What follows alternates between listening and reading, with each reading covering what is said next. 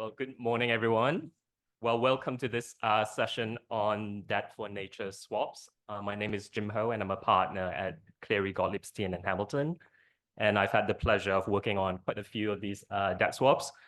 And I'm delighted to be your moderator today. I'm joined by a group of esteemed speakers. And in a true DebtCon fashion, we've got practitioners, we've got private sector participants, we've got public sector, we've got economists, we've got lawyers. So you're going to get viewpoints from different perspectives.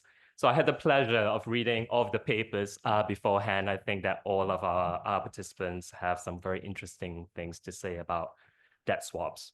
So in terms of the order of events today, each of our speakers will have 15 minutes to present, and we'll take questions at the end. So we'll be starting with Maria Schweinberger from Milbank, who will be giving us an exploration as to whether debt for nature swaps is the birth of a new asset class. And after that, Tianshu from the Chinese Academy of International Trade and Economic Cooperation will be joining us remotely. And we'll try to make sure that the technology works. And she'll be telling us about her thoughts on how China could or would engage in debt swaps.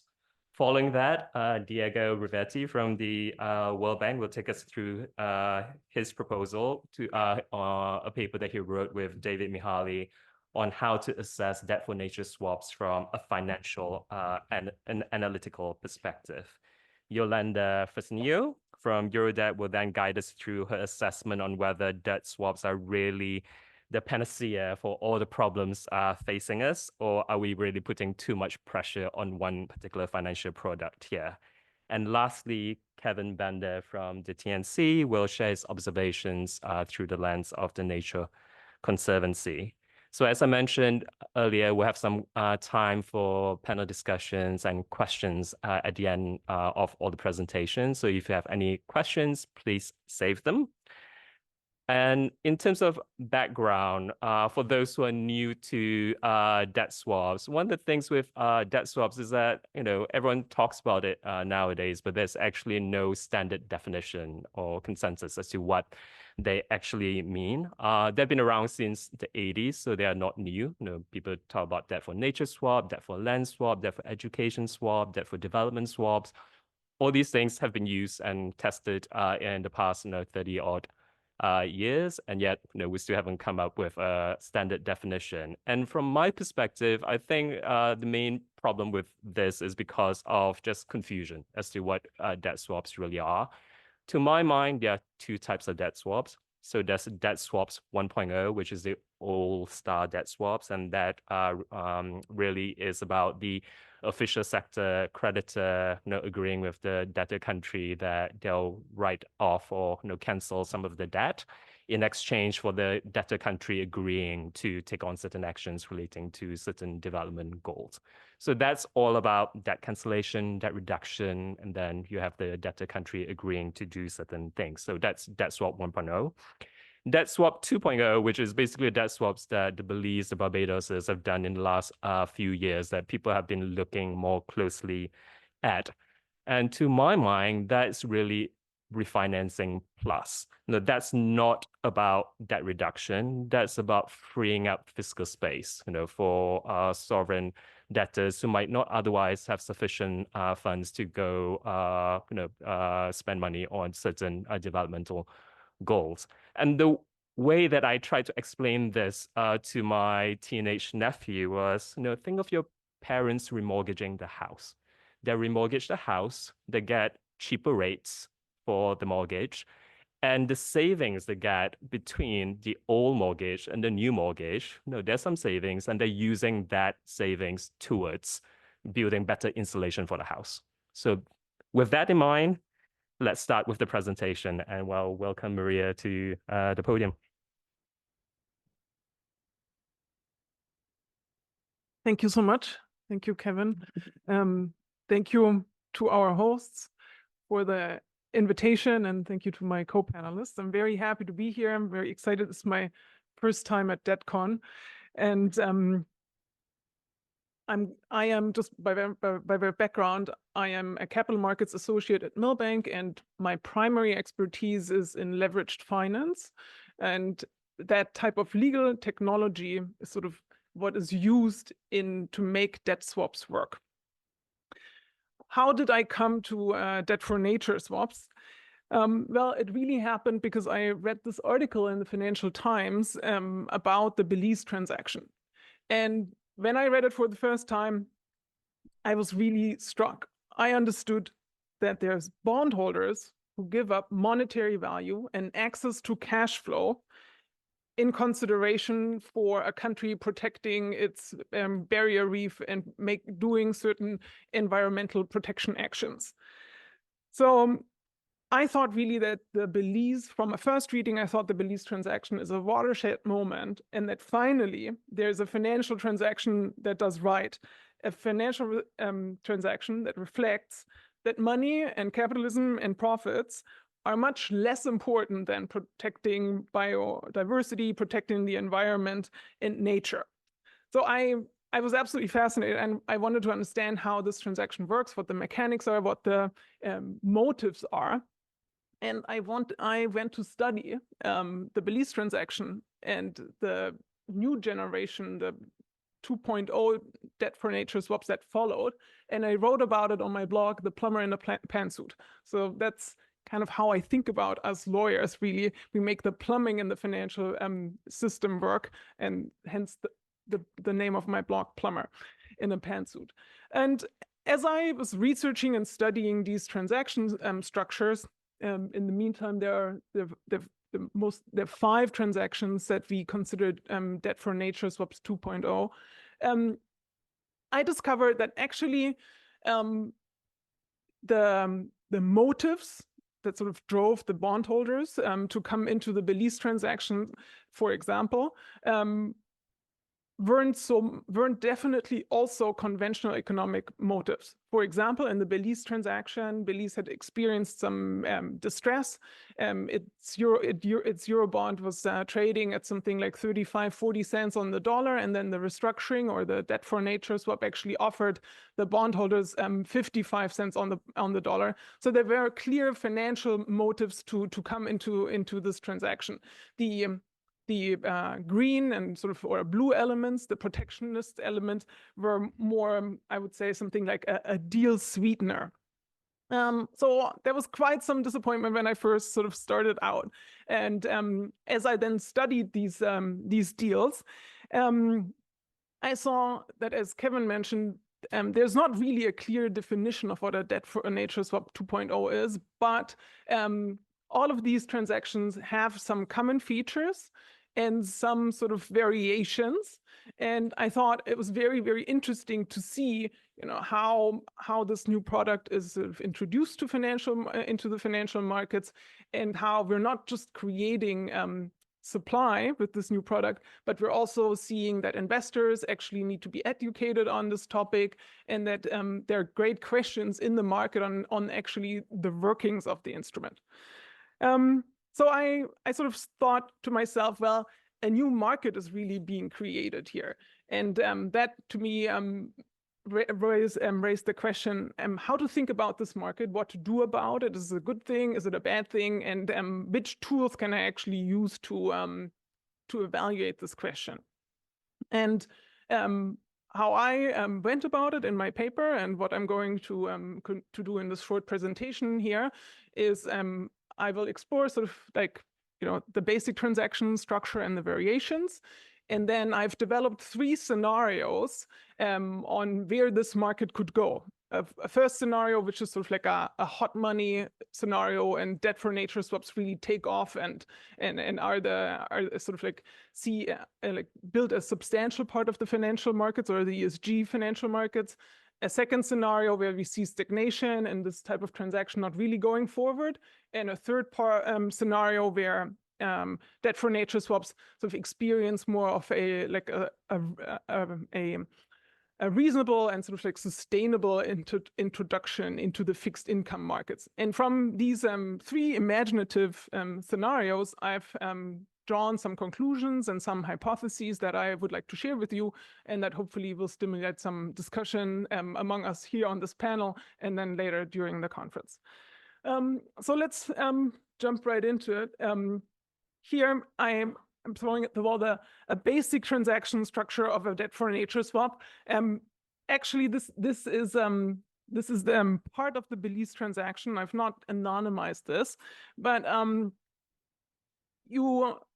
in every debt for nature swap, you'll have a sovereign government that has some debt outstanding. In this case here, the government is a red box, and the current debt outstanding is the green box, the Eurobond holders. And the government, so this debt doesn't really have very favorable terms for the government.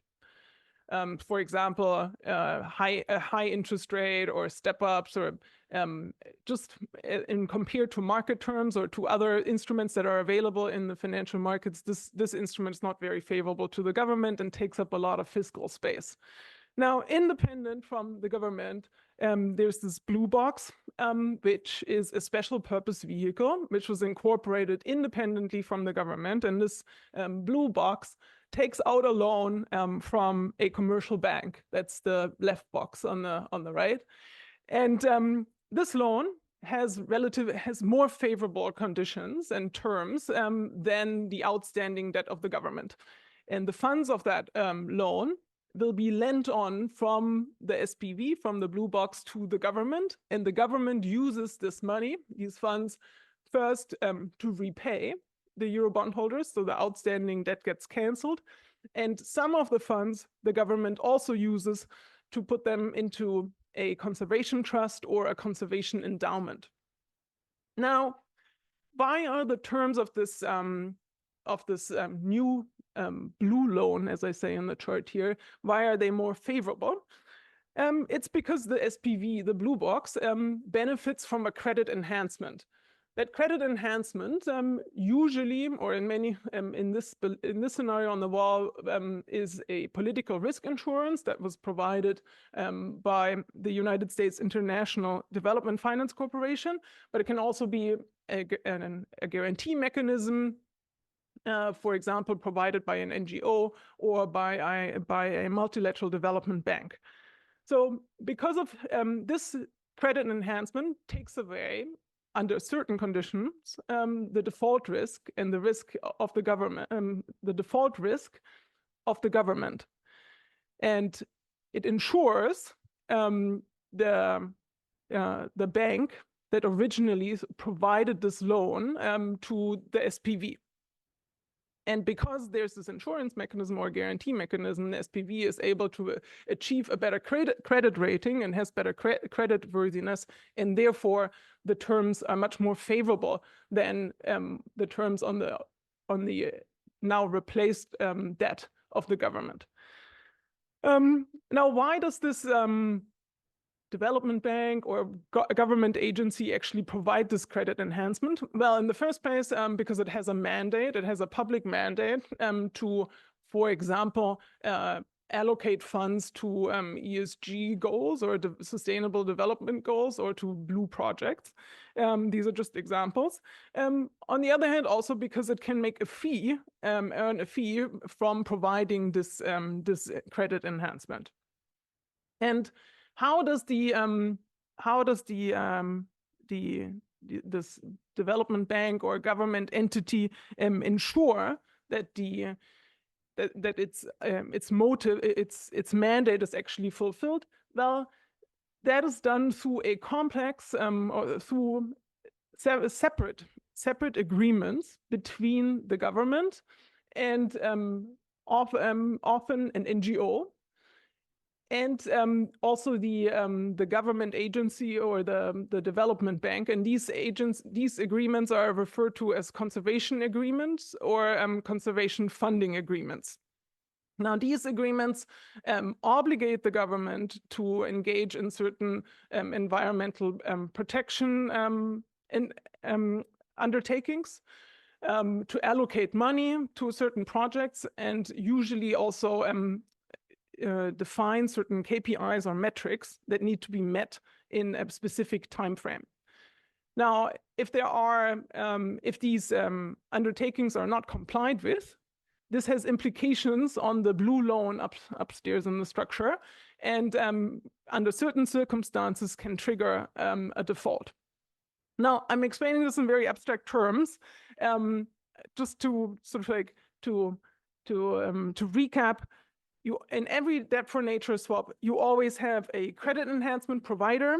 You have some private money sort of coming in, this bank that sort of replaces public sector money. This private money is usually labeled as a blue loan or a conservation-related loan, and it sort of has some ESG label. And there's always interconditionality between the repurchase of the original debt, the new money instrument, the credit enhancement, and the conservation-related agreements. The legal technology that is used to achieve this complex structure are guarantee contracts, insurance contracts, security assignments, priority rights, special purpose vehicles, non-recourse contract structures, and arbitration clauses. So a bit of the bread and butter of plumbers in pantsuits, for example.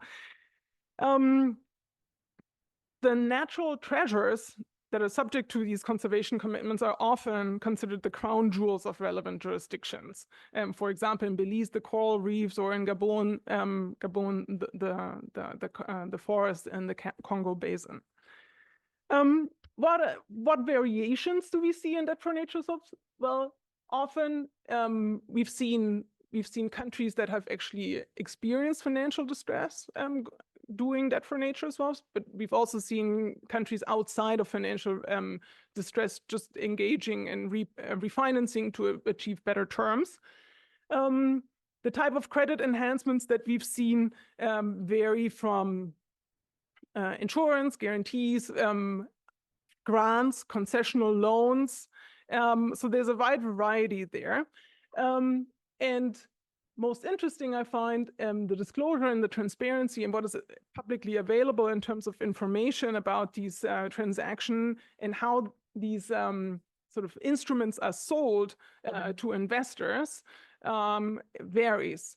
So some of these instruments are provided to investors in bilateral transactions that are private.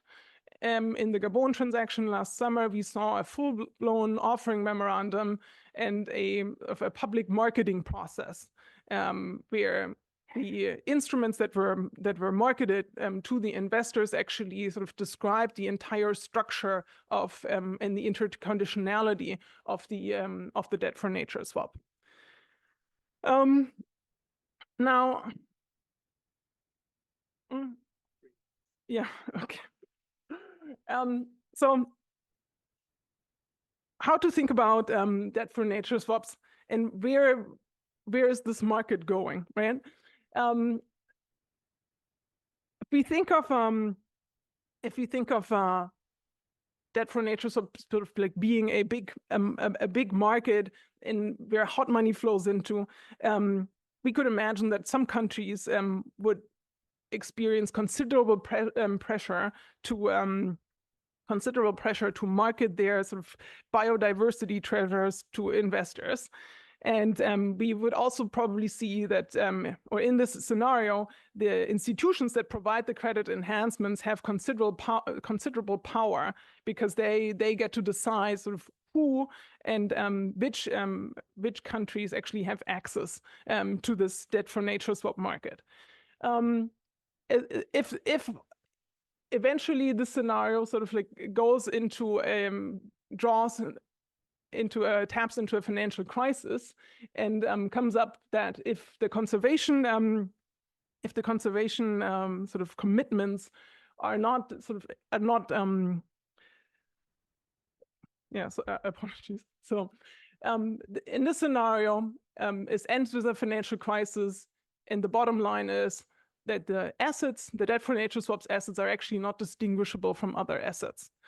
In the stagnation scenario, we see that the debt for nature swaps don't really sort of take off. It's just a publicly funded instrument. No private money comes in, and essentially there's also no more data and KPIs produced. In this gradual integration scenario, we see that there's considerable political will and experimentation with the structures, and that leads to a triggering, sort of a catalyzing moment that where debt for nature swaps enable the building of a larger ESG market. Now, I'm not going to, I'm just quickly jumping to the conclusions as I'm wary of the time here. So from this experiment and this imagination of these 3 fictional scenarios, I have come to 5 hypotheses. First is that the debt for nature swaps can have a catalyzing role. We do not have enough green financial assets, and this is an example of experimentation with innovative structures. Now, if it's a panacea or whether it can actually help, that's a different question. But we need more experimentation with innovative structures to crowd in more money for transformation. The institutional power that investment banks have that arrange these deals, that the credit enhancement providers have, and that the nonprofit organizations have that work on these deals is sort of very pointed and questionable. But also maybe these institutions can sort of wield this power responsibly, and that's why it's important to build a solid market practice around these structures. Hopefully, debt for nature swaps can trigger more data on environmental protection, and that can again trigger more creativity in building financial instruments that take up that data. And fifth and last consideration that I want to sort of raise here is that debt for nature swaps bring in private money. We do see that in other structures, but we do not see that enough. And bringing in private money sort of stabilizes conservation and protection efforts and makes them independent from election cycles and political will. So it's an important aspect and sort of certainly a step into the right direction. So I look forward to your questions. I'm cutting it short here to make space for the other panelists.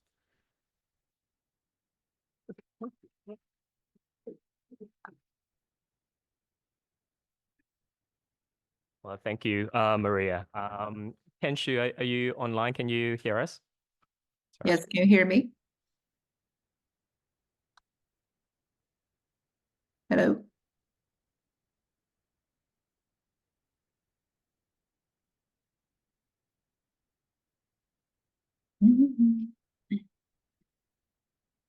Hello, can you hear me?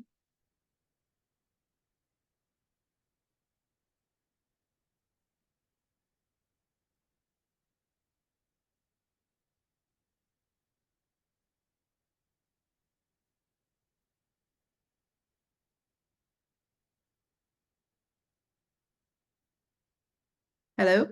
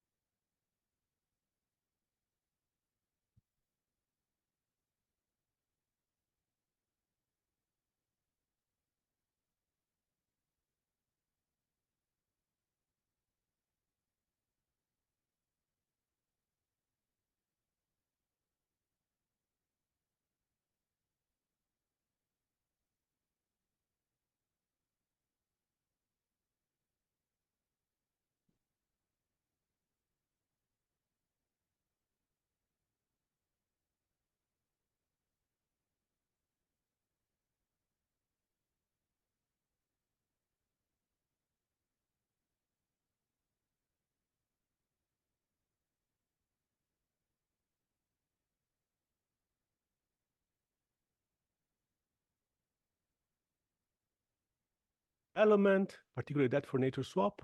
This is a forthcoming paper with David Mihalyi, my colleague David. So I'm not going to go through the introduction because Maria did it well before me. Let me just point out that, again, these instruments are not new. They've been used quite a lot in the 80s, particularly in Latin America. There were different type of instruments. Right now, if you look at the 4 latest transactions, Belize, Barbados, Ecuador, and Gabon, we mostly have buyback swaps, right? As opposed to the so-called bilateral swap, where you have typically a bilateral creditor that decide to cancel part of his debt in exchange of some commitment by the borrower. So these 4 deals have similar structure. We can discuss there's some difference in terms of the level of the type of the guarantee, but overall they have similar structure. They involve buying back bonds, mostly Eurobond, but in the case of Barbados also domestic issue bonds at discount. What is important to underline is the size, no? In comparison to the previous swap, these are quite huge transactions, so almost 3 billion only for this 4 latest transactions. So I'm not going to repeat what Maria just said. This is a basic description of how the swap work. Let me just try to frame it slightly different. So in the middle of the slide, you see there is an SPV. The SPV typically based in Delaware or in Dublin for tax optimization purposes. The SPV received the guarantee, the credit enhancement, issue the blue bond, and use the receipt to buy back an existing bond, no, or existing loan. At the same time, the SPV is repaid by the government through the so-called blue bond. So the blue bond and the blue loan have the same maturity, the same cash flow structure in a way. The difference is, of course, the interest rate. So the blue loan has a higher interest rate than the blue bond because it includes also the transaction cost. But in the end of the day, the blue loan is still much cheaper because of the credit enhancement than the cost of borrowing of the country itself, no? The unguaranteed cost of borrowing of the borrower. And because of that, there are some debt service saving that are partially devoted to conservation or nature projects. So that's the basic structure. We replaced the instruments underlined in red with the instruments with the liability underlined in yellow. Okay, so that's a basic question of our paper in a way, how can we make this instrument work for development? And here we believe there are 3 dimensions to be considered. The net financial benefits. Secondly, we look at the institutional and governance provisions, and I'm sure we're gonna discuss more about that with my colleagues. And finally, it's very important to align with the country-owned expenditure priorities, no? But the focus of the paper is only on the first dimension for a simple reason, because in the end of the day, if there is no net financial benefit, there is no even point to discuss about the governance and whether the expenditure priorities are aligned or not. So we focus on the first one. Can we measure somehow this net financial benefits? And so far, this has been done looking at a single metric, which is the nominal debt serving saving. So the swap can generate X million of dollars over the life of the instrument of debt serving saving. That's the standard metrics.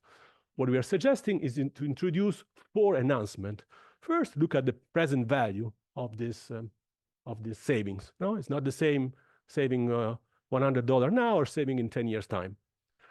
Then factoring also the impact of some financial spillover, and I will describe those in a moment. Include also the impact of a future default. We are talking about countries that are typically rated, you know, in the case of Belize, Barbados, Ecuador, B-.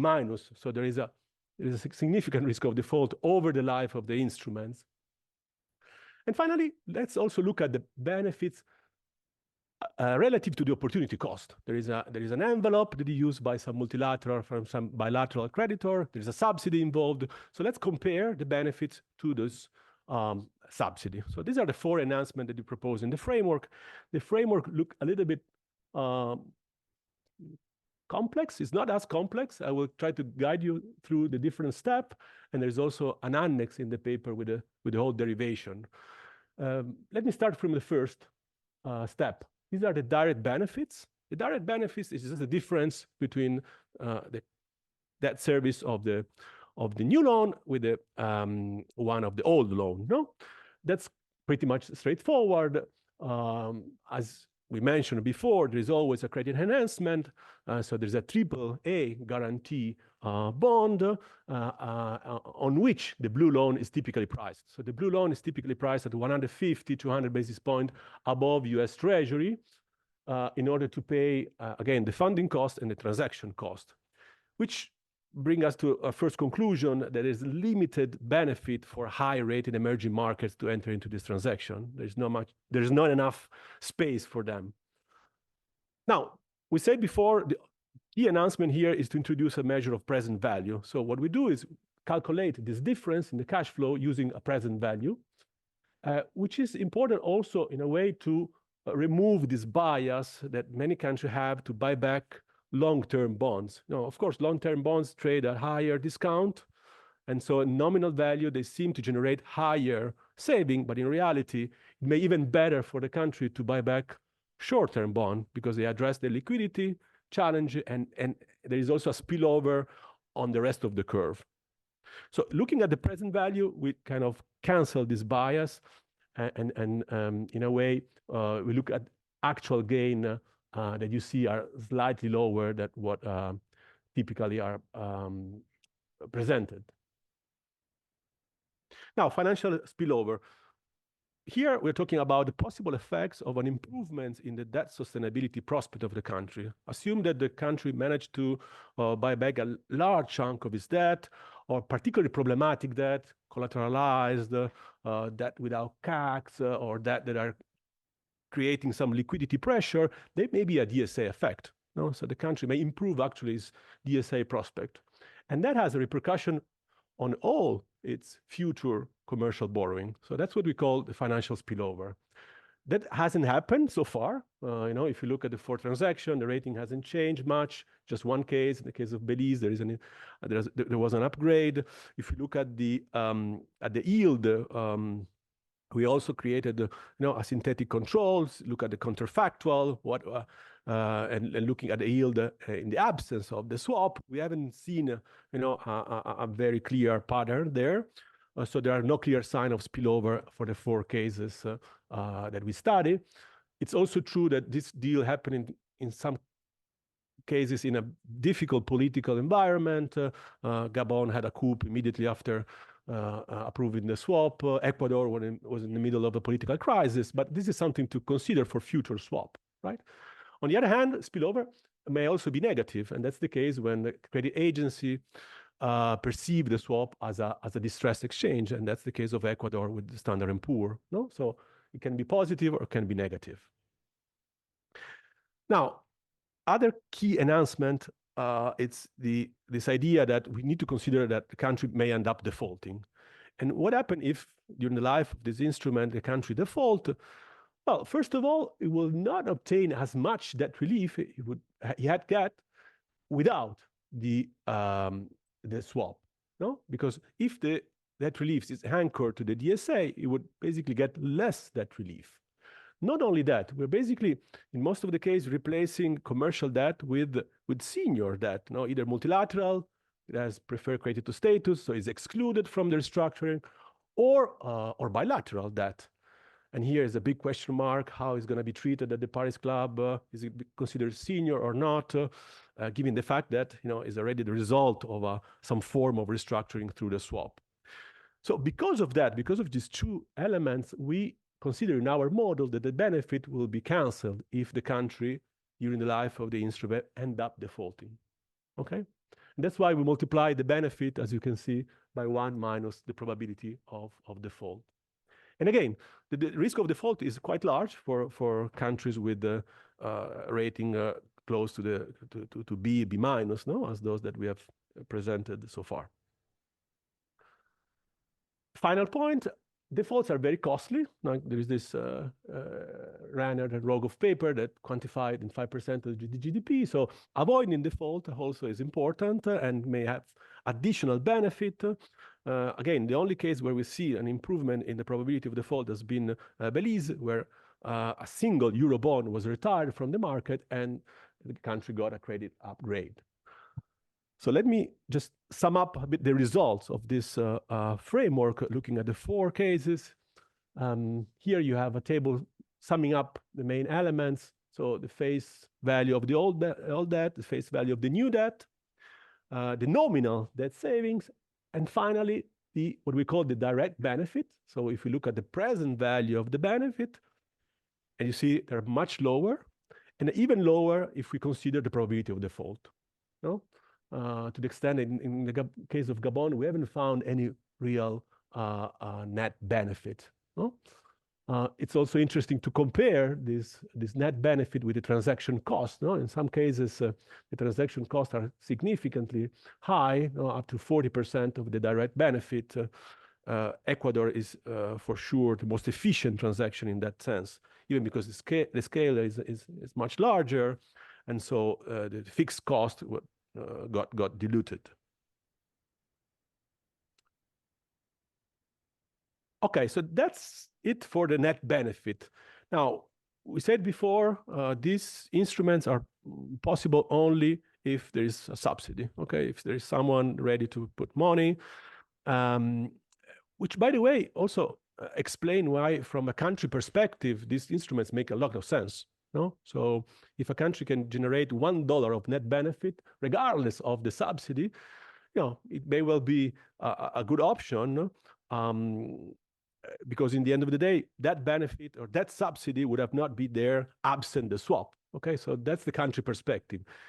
Nevertheless, from a development perspective, and particularly if you want to scale this instrument, we need to see whether there is actual value for money. So that's why we try to do with this formula, where we basically calculate a ratio between the net benefit and the subsidy provided by the donor.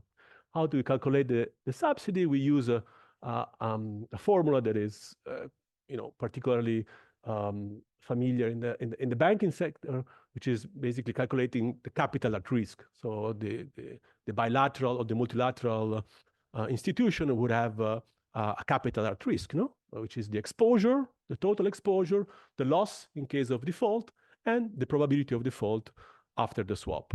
So that's the kind of the traditional way of calculating the capital absorption in the book of the multilateral or the bilateral. So if you compare the two, we kind of have a metrics that at least identify what are the most efficient transaction. No? So again, it's not a way of calculating the return of the transaction. It's a way of saying Ecuador has been much more efficient than Belize or Barbados. No? And that's pretty much something that we would like to offer, to propose as a way of calculating again the efficiencies of the swaps. Conclusion, I'm done. So first point, the nominal debt service saving is not a perfect measure of swap effectiveness. We need to include 4 factors: time value of money, financial spillover, the impact of default, and finally, we need to consider also there is a subsidy, and so every benefit need to be compared to the subsidy that has been used. And analyzing under these 2 dimensions, net benefit and efficiency, the recent transaction, we see a very different outcome. So Ecuador probably was the one with the largest direct benefit, the highest efficiency, due to the scale, to the buyback discount, and Gabon was probably on the other extreme. No? Of course, all this with a huge caveat that was already mentioned in the previous presentation. There is some lack of transparency. It's very difficult to get the exact terms, particularly of the blue loans that the country have to serve. And again, second caveat, this is only one dimension. The financial dimension is important, it's not the only one. So an assessment of this transaction should also look at beyond the financial benefits, and I'm sure we're going to do it in the next presentation. Thank you.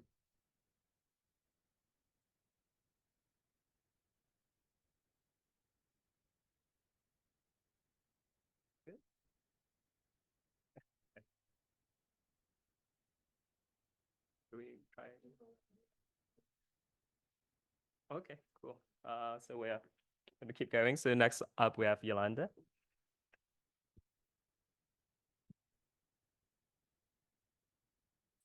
Yes. So if this microphone is not right? Yeah. Okay, thank you. Good morning, everyone. Again, a pleasure being at DebtCon again, and particularly presenting this piece of research that we conducted last year, published as Eurodad. We are a sort of a rare avis in DebtCon because we're civil society, but we try to do all the work that we do on campaigning and advocacy based on what we think it's sound research. This research and this briefing was aiming at informing civil society, so it comes from a very different perspective and origin. We also use it to try to share the discussions and the conclusions with academics and policymakers. But the idea was to provide information to build civil society positions, and we did the literature review, but also interviews with 10 people, I think it was 10 interviews, online surveys to several civil society representatives, and then there was a review by a bunch of civil society members. So it's the view of Eurodad, but also the view of the different organizations that, as I said, reviewed and also signed on the paper.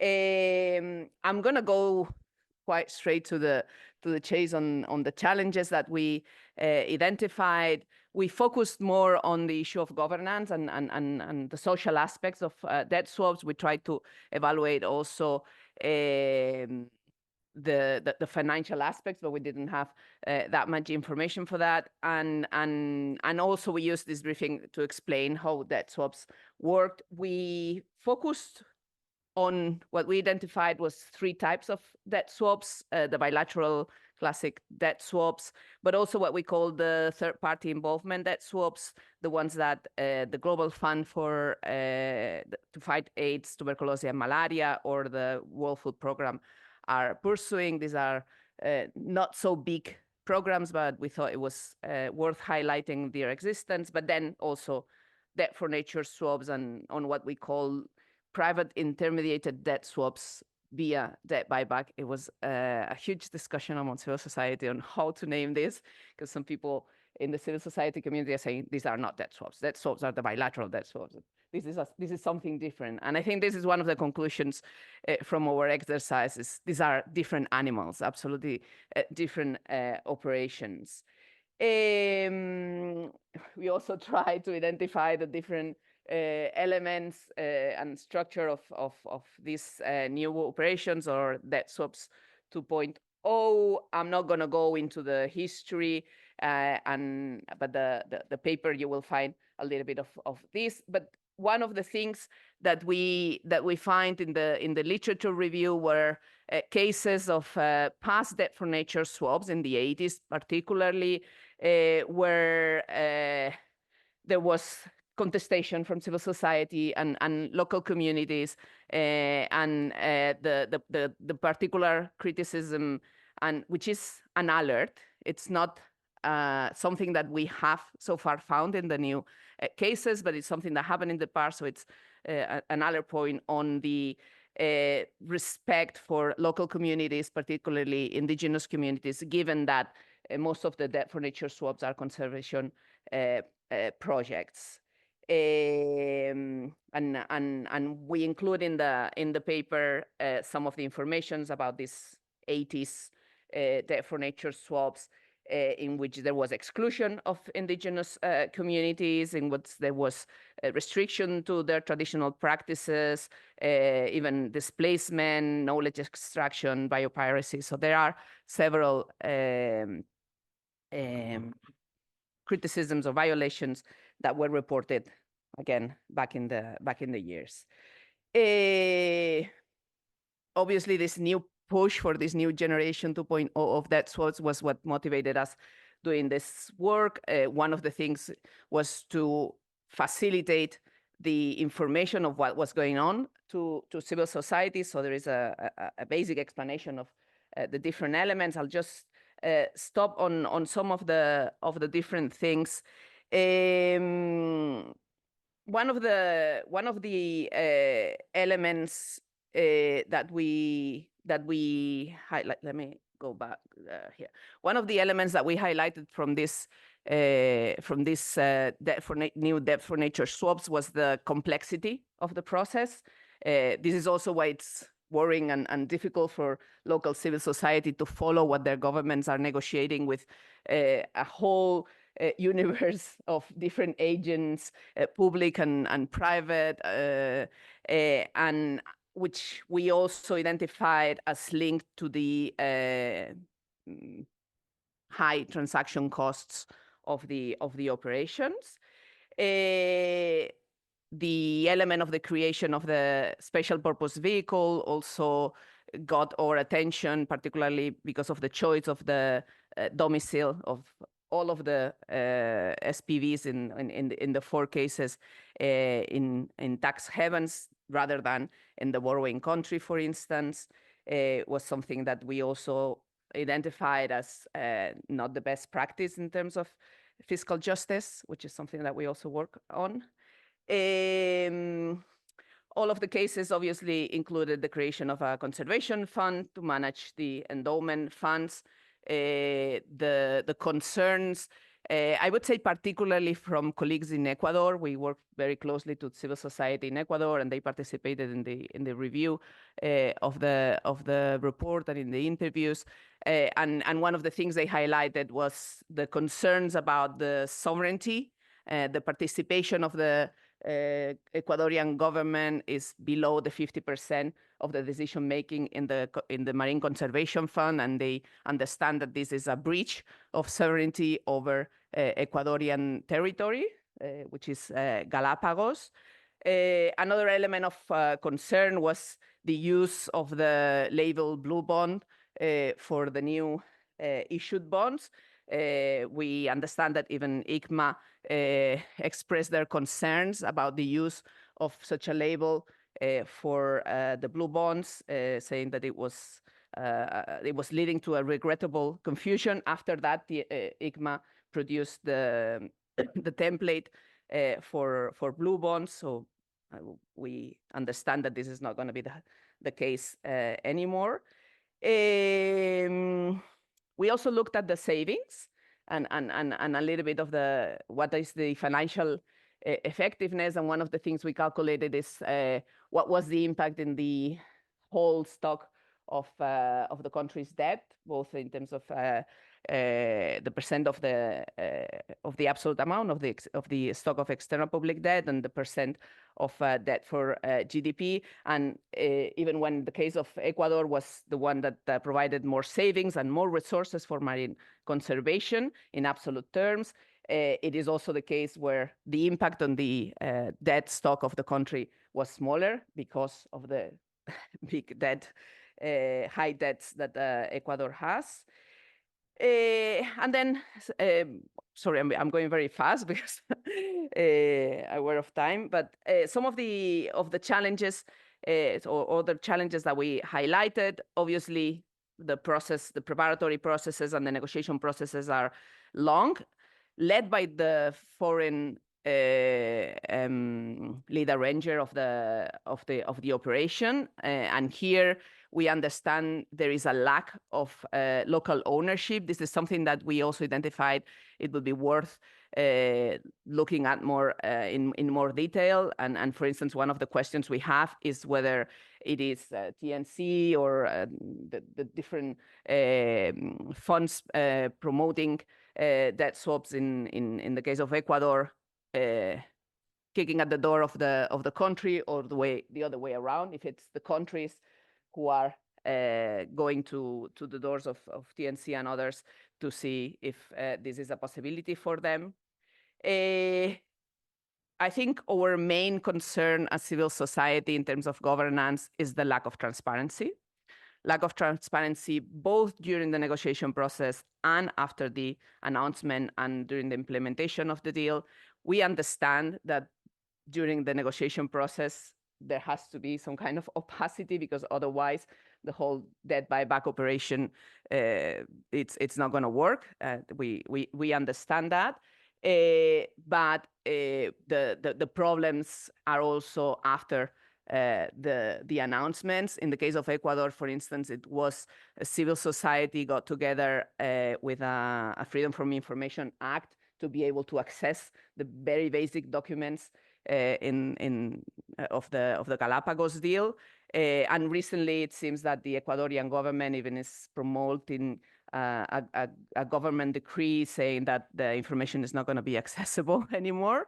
There is no information available for civil society on the disbursement of the funds, on how the Marine Conservation Fund is working, what projects are being implemented or not implemented.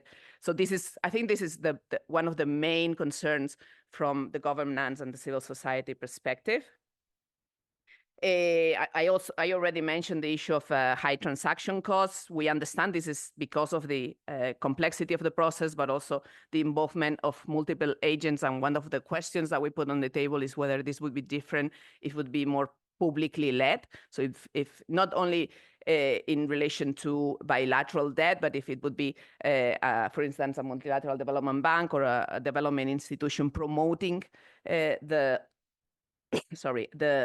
operation.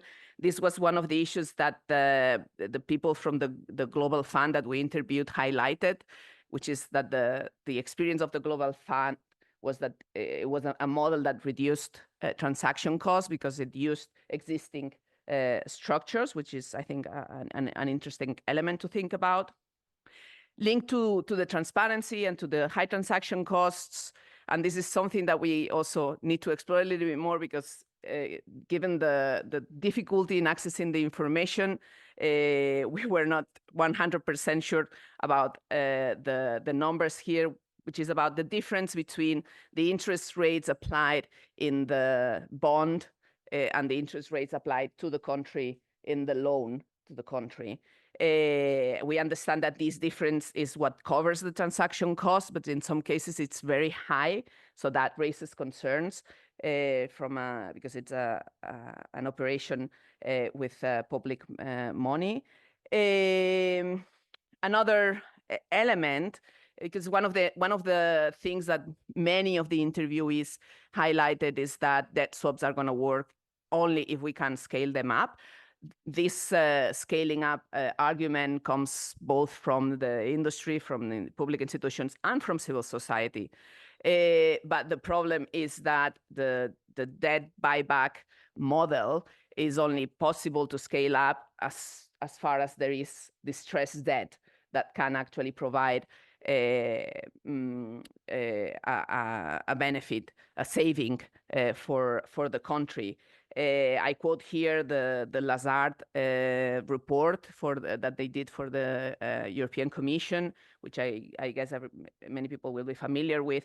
And that was one of the conclusions, that this type of instruments and this type of operations are inherently country-specific, because it has to be in a case where there is distressed debt. The issue of the credit rating downgrade was already touched by Diego. And finally, what I already said about the lack or the unclear participation of local communities and civil society. We know, for instance, from TNC documents that that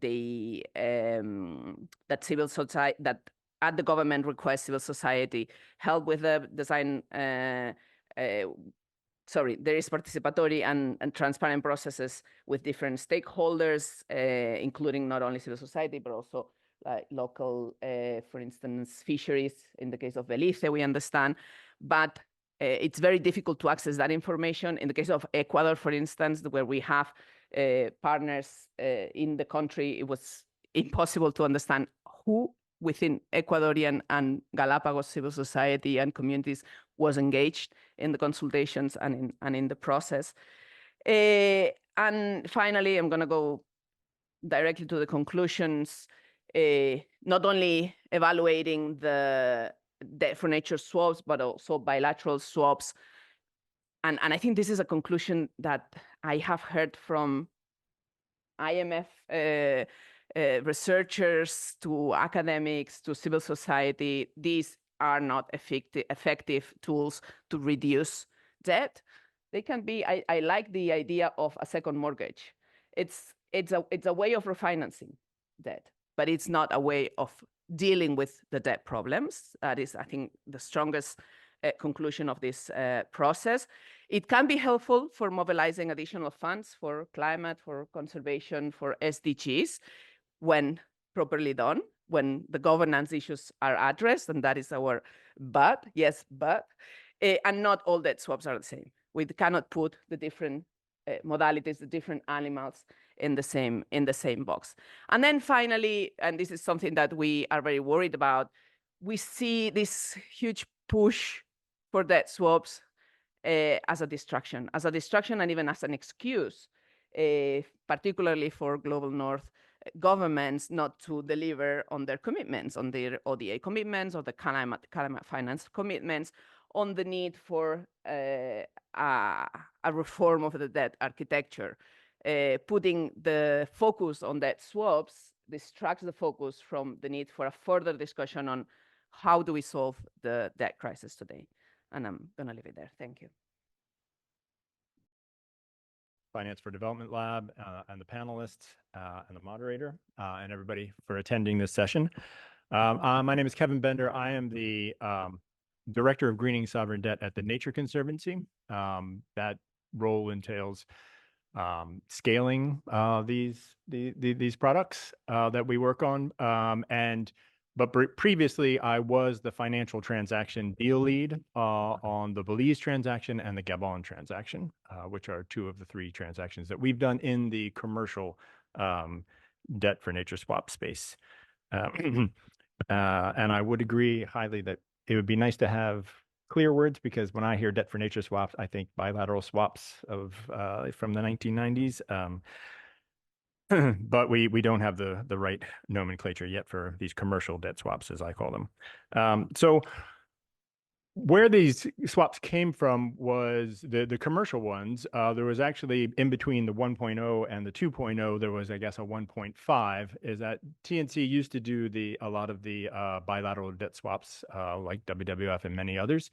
And then in when was it? I guess 2015 or 16, we did a transaction with the Seychelles, which was done with Paris Club debt, and that was a long process that took years to get done.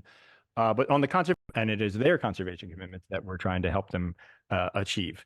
So a lot of this is to me the secondary part. But the whole world is getting really excited about the debt part because there's a huge debt problem. When I first came, most countries were trading at a premium, and there were not many opportunities. It's cyclical. Now is the thing. So when we hear Barclays talking about the potential $800 billion, there's only a percentage of that, right? That is going to be potential, that's going to work.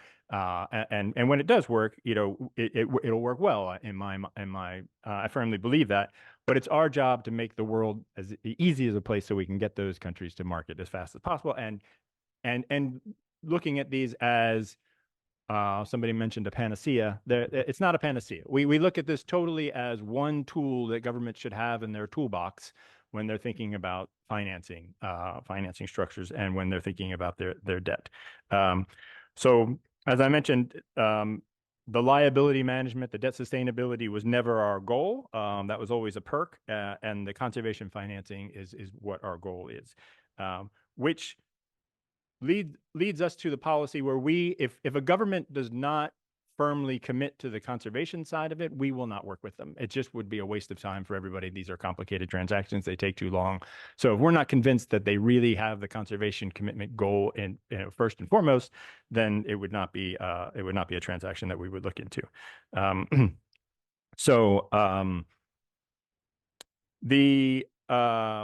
One other thing that we've touched on, but we haven't brought up, is that there's a lot of confusion between a commercial debt for nature swap and a financial restructuring. I think that is an odd comparison. A financial restructuring is a massive process where you're looking at all of the debt of a country, whereas a commercial debt swap for nature is just one transaction, right? It could be one part of it. I think it could play a key role in a restructuring. I've heard some say that it has no place in a restructuring, but I think somebody's paper was mentioning everything should be on a case-by-case basis, even in a debt restructuring. And I've had conversations with the IMF about this, and they seemingly are on the same page as me, in that we should look at a debt restructuring and see if a debt swap, something that has output-based, can fit and work within the debt restructuring. To be fair, debt restructurings, particularly now in the common framework world, are very complicated things. And I think Hamuda has left, but we've had conversations about this. And Lazard has always told me, our work is very complicated. Your product is very complicated. We don't need to marry the two. But if there are, and when I look at what happened in Zambia, there was plenty of time to do a debt conversion in Zambia because it's been 3 years. So who knows? Again, it's a case-by-case analysis. We have seen swaps. There was a comment that Eurodad made that these are not, significant enough to solve the world's problems. Like we're not trying to solve the world's problems with this. We're trying to fund conservation again. But when you look at some cases, like in Belize, the transaction was significant, right? Belize is a small economy. We refinanced $550 million of their debt, which was all of their commercial hard currency, debt outstanding. And we created, we reduced their debt to GDP ratio almost 10% in that transaction. So that is significant, right? And Belize has gone, taking other steps to follow on that, and it did kind of build momentum. And then there was also a lot of other things in there. We extended that debt out to 19 years. Belize could not get a debt at that time because they were in a debt workout, but we gave them a 19-year loan, and we did that with a 10-year moratorium on principal payments. And we also put in step-up coupons, right, to really get Belize out of the gate. And the IMF, Belize did not want to work with the IMF, so I couldn't work with the IMF during this transaction. But afterwards, we had a long conversation, and they were very supportive of it. The reason I'm here today is I don't have a paper, but when I was writing my responses to your papers, I was thinking maybe we do need a paper because there's a lot to cover. And I would say I'm very thankful for everybody that writes criticisms or analysis, because you're coming from one angle of the civil society, and the World Bank paper is an excellent paper for what we need, because we do have we've created a task force for the credit enhancers at the last COP. We announced that. So we do have a task force that regularly meets and has subgroups that are working, and it's chaired by IDB and DFC, who are the two credit enhancers that do most of this work. DFC has been doing the most by far on a balance sheet wise. But it's also the World Bank is on it. ADB is on it, African Development Bank, EIB is on it, but it's also DFC, AFD, and AIB and the Green Climate Fund. So we've got lots of credit enhancers working around, and a lot of that analysis that you're doing hasn't been touched yet. So as soon as your papers come out, but Jamie, I forget what's his last name? Stewart. Yeah, he's on it with some other people from the bank. The bank is a little. It's a little unclear who's on it, but we definitely should talk about that. And anything that you need, you say the transparency is tough, and I'm going to get into transparency, but it's, I know these things backwards and forwards, and I'm happy to be a resource for you guys if you're looking into these. And I know you're going to be doing more work, but some of the stuff is not public, some of the stuff that we cannot make public. But let me go through the as many as I can, and you can just tell me when I'm done, and I'll 3 minutes. Okay, so these are complex structures. Nature itself is complex because every nature solution that we come to is not only bespoke to the country, but it's also what the country wants to achieve, whether that's ocean protection or freshwater or terrestrial or climate. So we are working with the task force to create principles and some other countries are working on principles for these, for the bilateral and the commercial debt swaps. Those will help incredibly to take the complexity down. One thing that we need to do to get the complexity down is just more transactions, right? We need there are only 4 out there. We've done 3 of them, but that's not a lot of data points. And with every transaction, we've made them better. For instance, on the transparency side, one of the reasons that I chose to hire Bank of America on that transaction was that we wanted to move into the Reg S 144A market, which is much more transparent than the 4A2 and the extreme private placement. And we were, what we want to do is make a larger universe of investors. We are definitely driven to get these costs down because for us, the savings is what funds the conservation, right? So the greater the savings, the more conservation we have, we can fund. There's a QR code up here. One of the things that everybody should look at, and you guys can take a look at, is that I just came from the SIDS4 conference in Antigua. We launched this toolkit.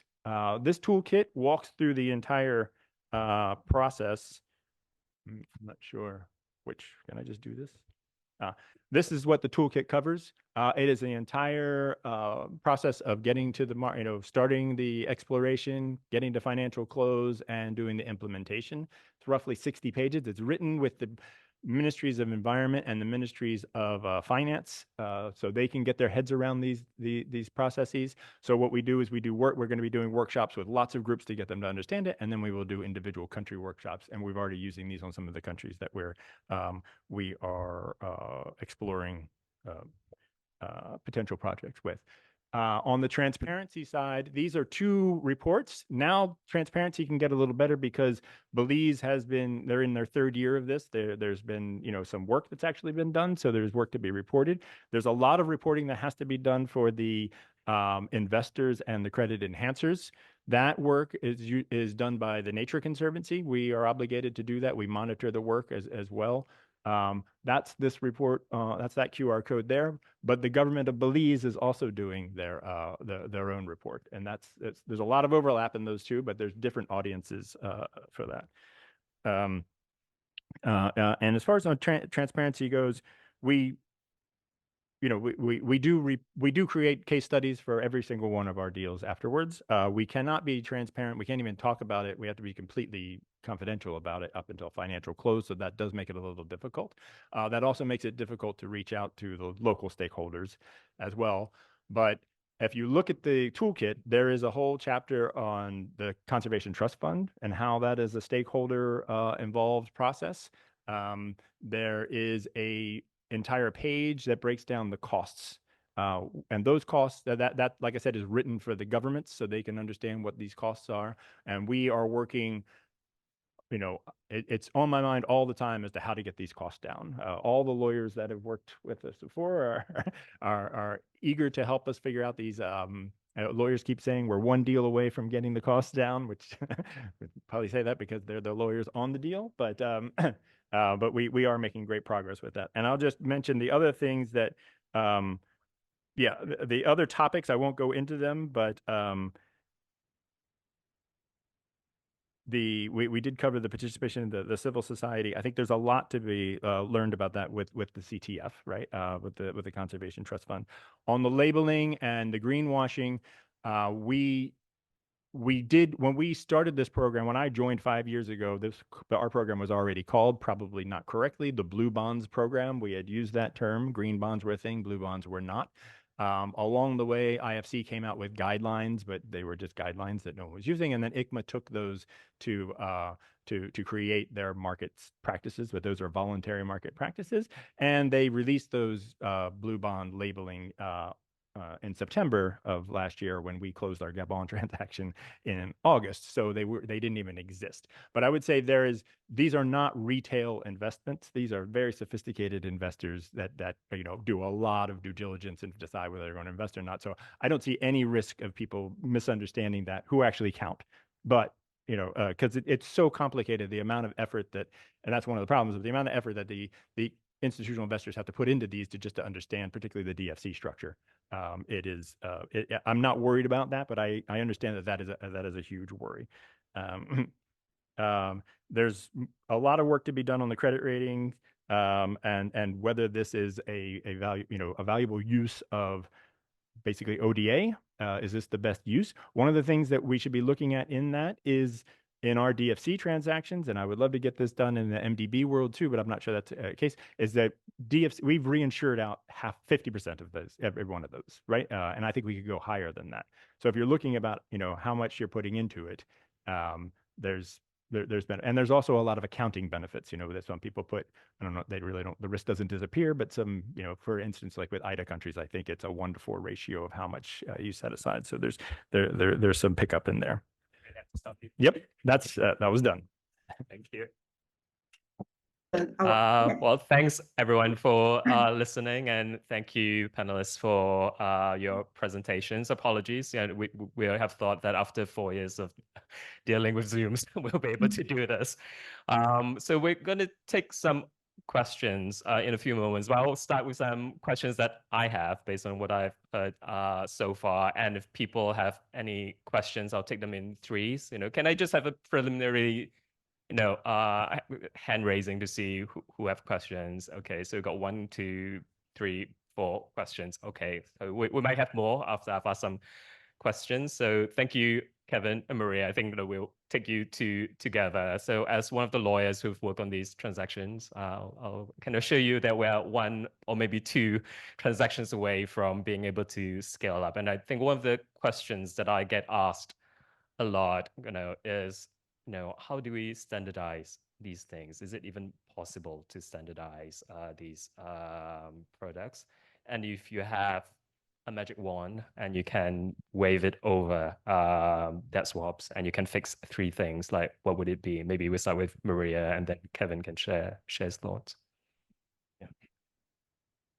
Thank you. So I think it's definitely possible to standardize the contract structures that are behind these commercial swaps. I'll call them. I won't go ahead and call them debt financial swaps. If the expectation is, though, to lower the transaction cost to the transaction cost that would be comparable to a like plain vanilla Eurobond for a sovereign, right? I think that's wrong. We won't get there. So I think maybe to distinguish, I think there are sort of transaction-specific issues, right? Like, for example, the level of distress, or what exactly needs to be done to get us to certain KPIs and conservation goals. But then, for example, one could easily, and I think to some degree it has already been standardized, the insurance contract, the guarantee contract. One could even the trust structure and the endowment structure in many cases have been standardized. So there are elements, and I think this is when we say to setting a standard, it's first of all sort of like standardizing the contract structure, but then also making it known by the investors. So it's a big job actually for the investment bankers when they sell these types of products, to speak to the investors and sort of really make them understand what the structure is. And I think this is still an ongoing process. I'll leave it here. Yeah, thanks. I agree. I think the reason we want to standardize is to get to market faster, right? And I think you're absolutely right. The financial world can move fast, and they're incentivized to do so. I'm not too worried about that. The task force that we've set up is working on making sure that the credit enhancement is standardized, so we don't bring in a new player that has a whole new different product, because IDB has a different product from DFC. And I think we'll solve that this year. The Nature Conservancy, we're putting out our own standards, which are not principles. So it's basically just saying this is the way we do it. It's kind of the sister product to the toolkit, which I think will help others who come into the space to get that done. But the real heavy lifting is on the country side. I mean, the country suffers from capacity and they have the most complex work to do. So we need to work on the KPIs, as we call them, to make them more out of the box and not so bespoke. And I think we can do that, but it comes at a cost, right? Because you get better results when you do it right, but we got to weigh that as to how much time we spend versus what we get.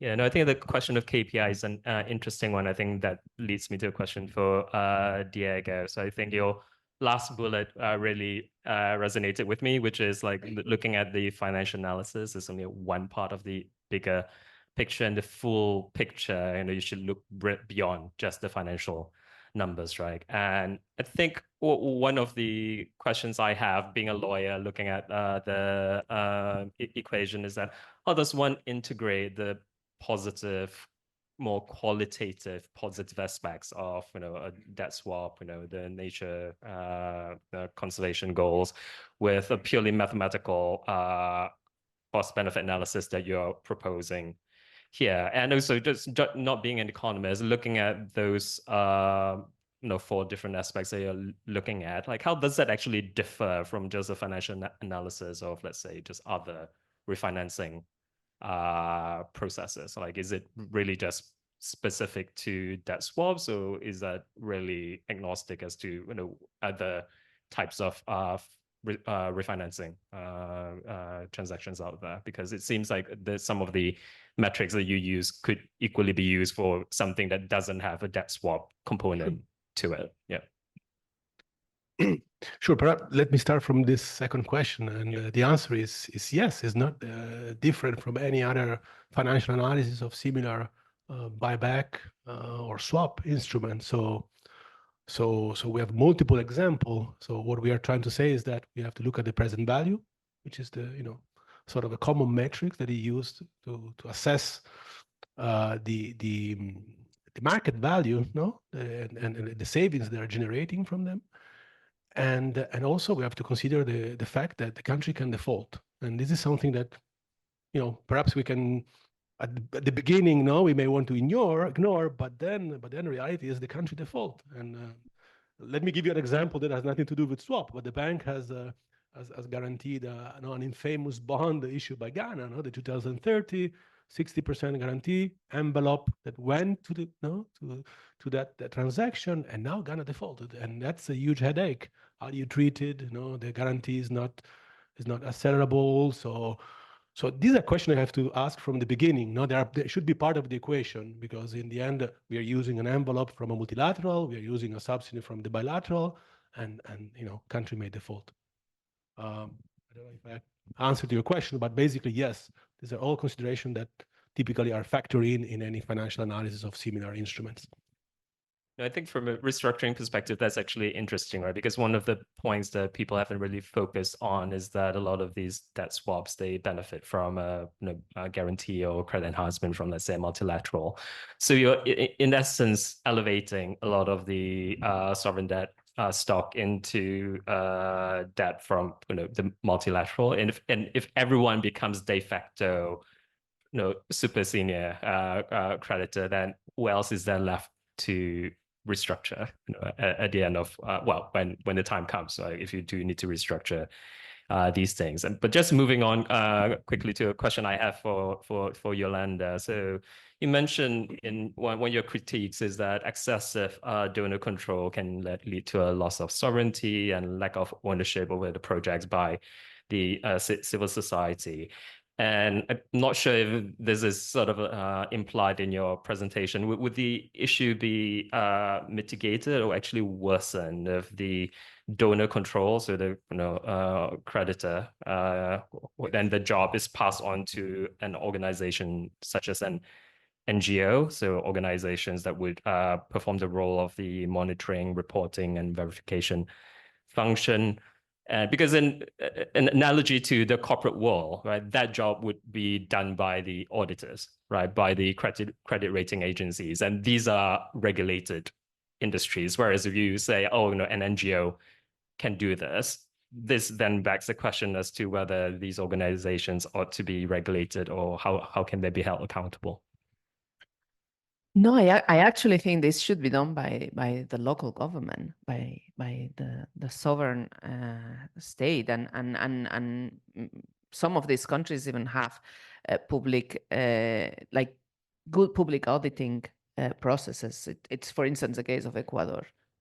I think the involvement of local CSOs is something that needs to be done independently from the official accountability measures.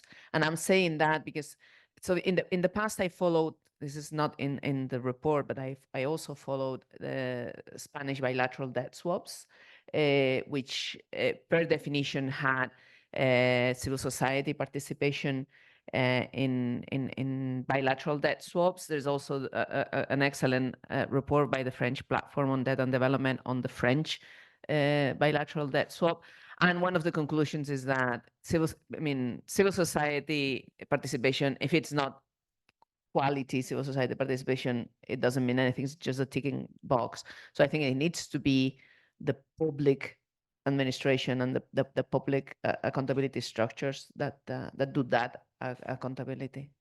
Thank you, Iolanda. I think it's time for questions from the audience. I saw 4 hands earlier. Can you put your hands up again?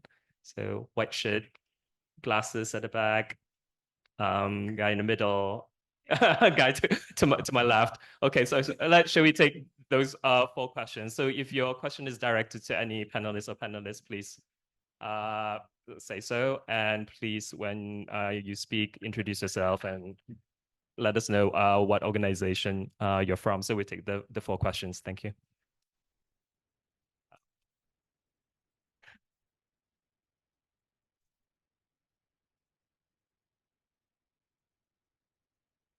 Or you can have a mic.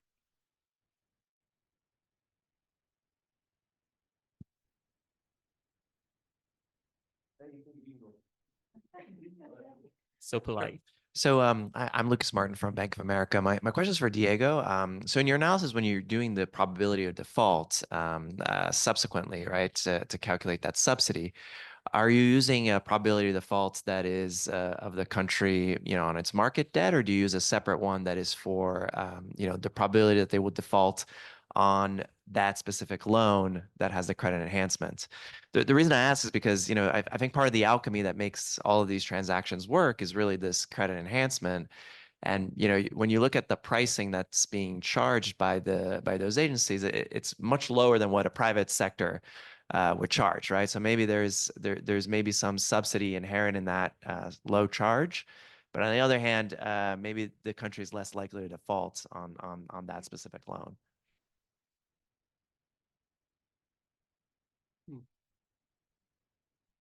Good question. I have a question that's I think for all panelists, or it's a introduction, please. Yeah. Oh, sorry. My name is Mike Seifling. I'm from UCL London. So we talked a lot about the structure of these kind of debt forgiveness or the subsidy or whatever we want to call it, but not so much about the outcomes. So I'm a bit curious about the KPIs, and I know they can be quite complex. So I'll keep the question to kind of a minimum. How many KPIs on average are involved in these, and who's involved in structuring those KPIs? So is it only the lender and the creditor, or is there some civil society or some expertise involved in these? And then the last part on the KPI question is the auditing function. So how are these followed up on? And I know that we kind of touched on this already, so you can be brief in your answer. Thank you.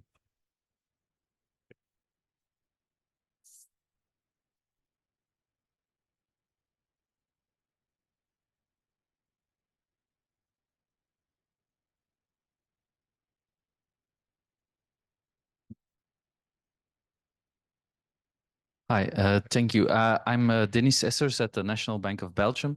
I have 2 short questions. So first of all, for Maria, which scenario do you consider most likely among the ones you mentioned? I'm sure that Kevin cannot talk about deals that are already being discussed, but if there could be some indication of the number of countries that are looking into this, I would be very interested.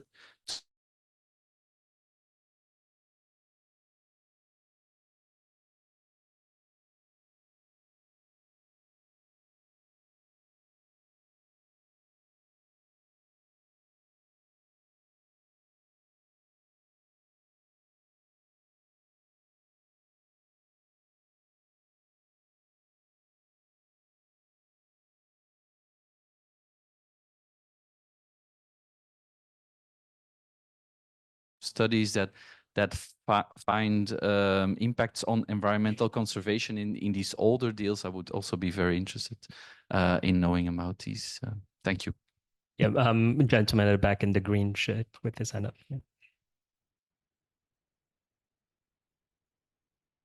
Hi, my name is Chayu. I'm from Frontier Research, a macro firm based in Sri Lanka. Just a quick question to any panelist. What about the context of sub-sovereign or subnational debt for nature swaps that can perhaps be another background, another context in which some of the specific questions regarding the expansion of it can be worked out in, trialed in? Is that something that comes into context, especially in context where the subnational has more operational legislative power to actually implement specific measures? Right. And the gentleman next to you. Yeah. Thank you. I'm Lionel Roger from the German Development Agency, GIZ. My question is, I guess, mostly to Diego. And I'm grateful that you sort of highlight the opportunity costs element, yeah, because I think it's important to recognize that any dollar of equity that is used towards a debt swap or a guarantee won't be used for something else. Now, my question is basically how well can this opportunity cost be measured? How well does your metric do this job? And maybe to the panel more broadly, yeah, how well do you think those swaps fare in that respect? How well is DFI money used compared to, traditional loans or anything, alternative uses? Great, thank you. Quite a few questions there. Maybe we can start with the two questions directed at Diego. Sure. First, the question on what is the measure of probability of default that we use. We use the sovereign cumulative probability of default over the life of the instrument. Okay, so should you use the actual probability of default of the instruments? I don't think so, because it's true, the instrument may be carved out. So the government may say, oh, this is guarantee, it's super senior, we don't want to be included. Still, that's a loss for the government. So compared to the previous position where they had commercial debt that could be included in the restructuring. So as a matter of fact, it brings back to the idea of using the probability of default as a measure to quantify the benefits. So the benefits materialize only if the country does not have a comprehensive debt restructuring. And on the measure of subsidy, we use a measure that basically tries to capture the capital absorption. So you have a multilateral, a bilateral. In his book, this guarantee that is given has a weight, and that weight is a function of the exposure, of the probability of default, and the loss given default. That's what you use. That's pretty much what banks use when they calculate the capital absorption on their books. Thank you.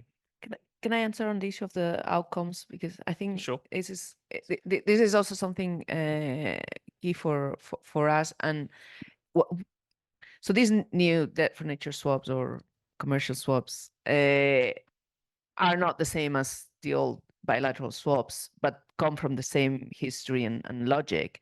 And one of the things that we found out or we evidence in the report is the lack of systematic evaluation of the outcomes of previous debt swaps.